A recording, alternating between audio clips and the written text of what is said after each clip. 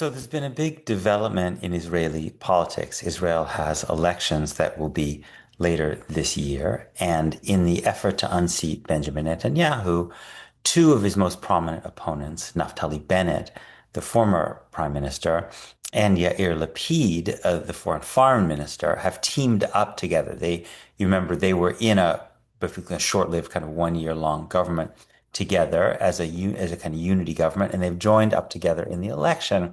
And this is explicitly being billed as people coming together across the ideological spectrum to defeat Netanyahu and save Israeli liberal democracy.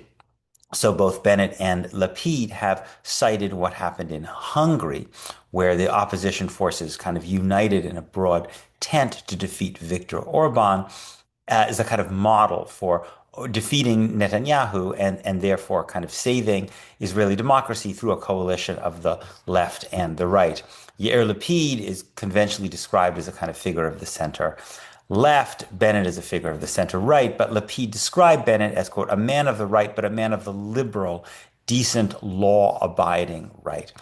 And you can see how this framing would make a lot of, apparently seem to make a lot of sense in a comparative perspective, right?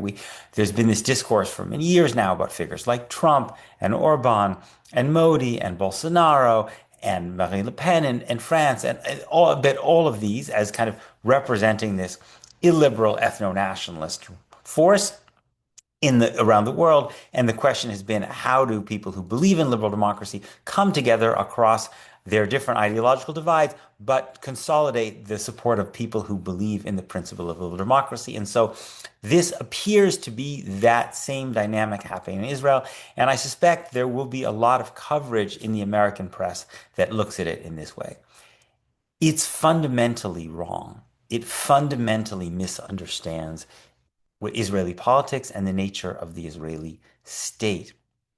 Because it may be the case that Naftali Bennett and Yair Lapid both want Israel to remain a democracy based on the rule of law for Israeli Jews.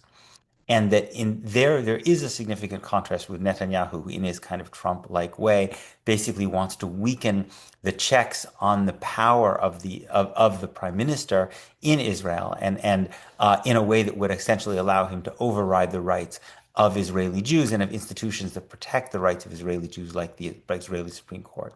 But this is fundamentally different than what we're talking about in Hungary or in the opposition to Trump in the United States, because Naftali Bennett and Yair Lapid are not talking about preserving democracy and the rule of law for the 50% of the people who live under Israeli control who are Palestinian.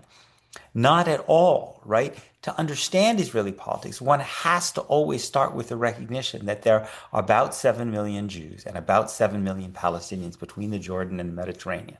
All of the Jews have citizenship and the right to vote for the government that controls their lives. Of the 7 million Palestinians, about 3 million live in the West Bank under military law, without citizenship, without the right to vote for the government, the Israeli government that has life and death power over them. And another 2 million in Gaza, similarly, can't become citizens of the Israeli state. The Israeli state has killed perhaps 100,000 of them, but there's no voice they have over the Israeli government. And then you have 2 million of those 7 million Palestinians, a minority, less than a third, who are citizens of Israel, right? And so they could be said to be living within a democracy.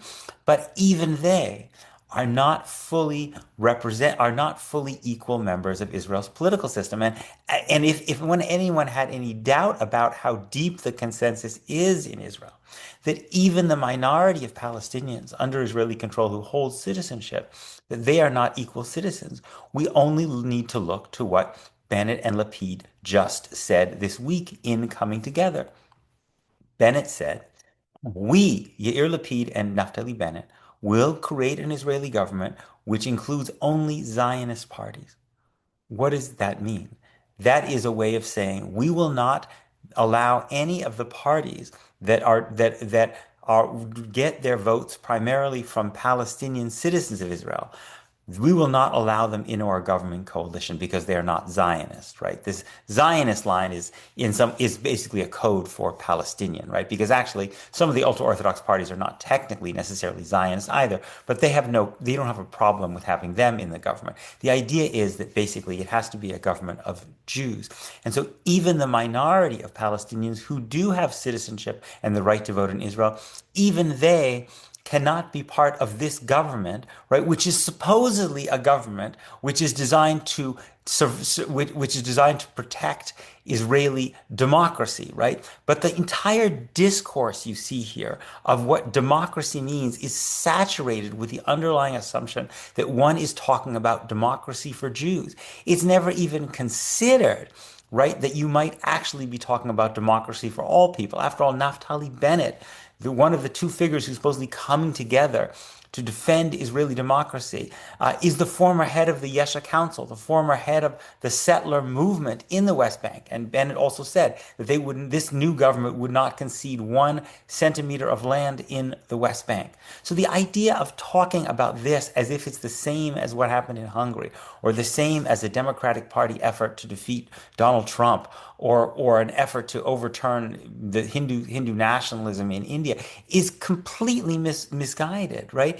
It misunderstands the fact that all of Israeli Jewish politics essentially takes place within an ethno-nationalist framework in which the very language of democracy itself is really largely confined to the idea of democracy for Jews. Democracy for Palestinians is almost not even a subject of conversation when people like Bennett and Lapid talk about the very idea of democracy, because the idea of ethno-nationalism, of Jewish supremacy, is so saturates the Israeli discourse.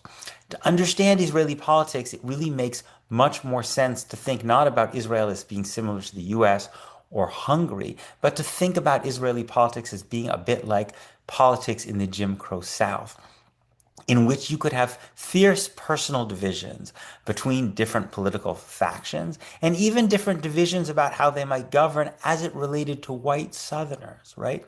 But on the question of whether black Southerners should have the right to vote and should be considered part of the political process, that was simply off of the table. There was a very broad consensus up until the Civil Rights Movement that you had to maintain a system of white supremacy. So even to talk, therefore, about democracy and maintaining and supporting democracy in Alabama or Mississippi or Georgia in the 1940s and 50s was understood to mean democracy for white people. That's exactly the same way that Naftali Bennett and Yair Lapid are talking about democracy in Israel today. Democracy for Jews. And the American politicians and American media, as they look towards this election season, should not fall into this trap.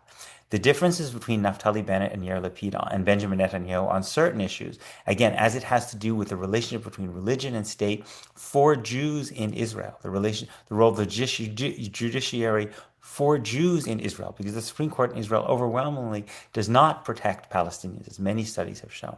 That distinction among how they might treat Jews is significant. But on the fundamental question of whether Israel would be a country that provides democracy for its Palestinian citizens and provides them with equality under the law, this is no protection for democracy at all.